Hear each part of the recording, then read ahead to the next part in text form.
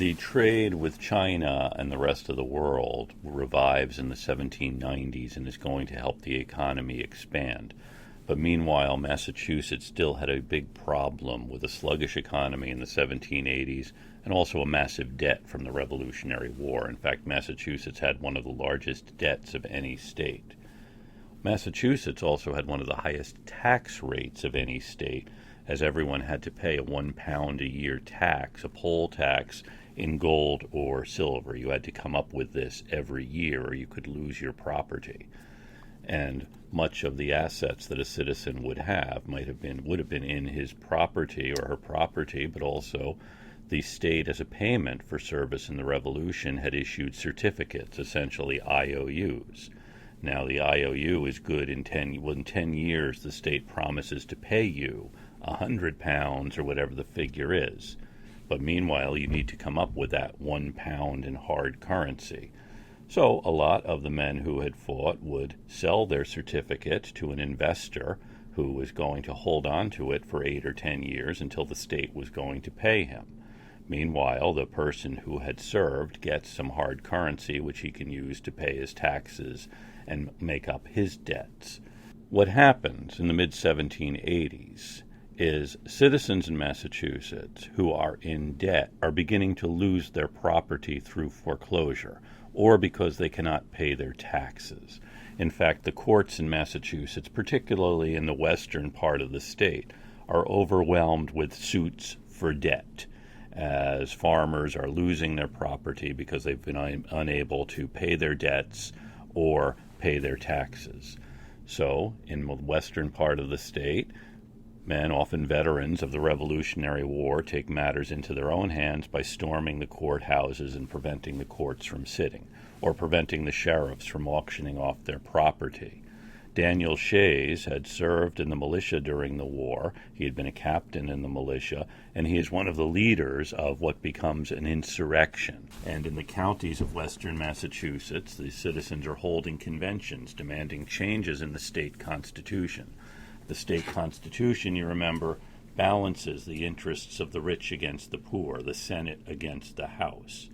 And they feel this gives too much power to the investors, to the speculators, the guys who have bought up their debt certificates who now demand that the state pay them.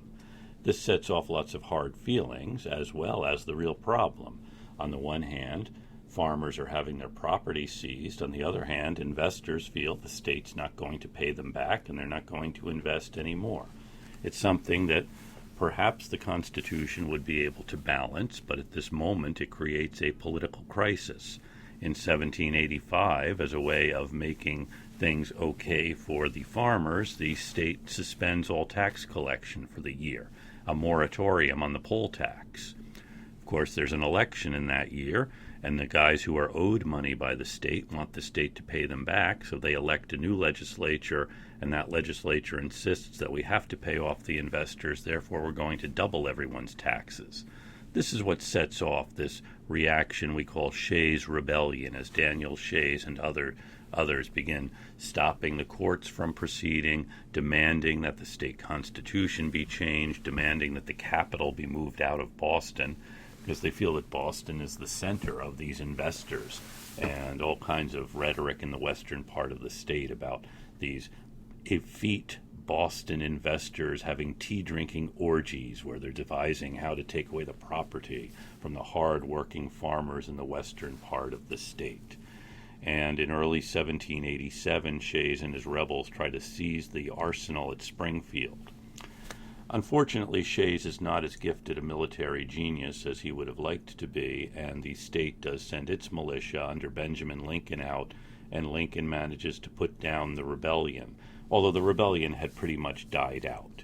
There isn't a whole lot to keep the rebellion going, aside from anger about foreclosures, and most of the rebels will scatter.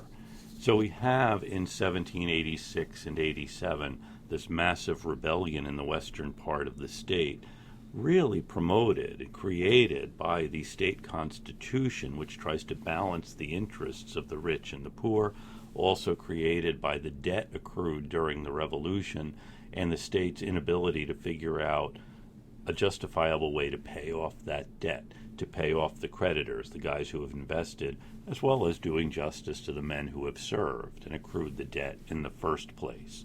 Shays Rebellion is a severe test for the Massachusetts Constitution in 1786 and 87.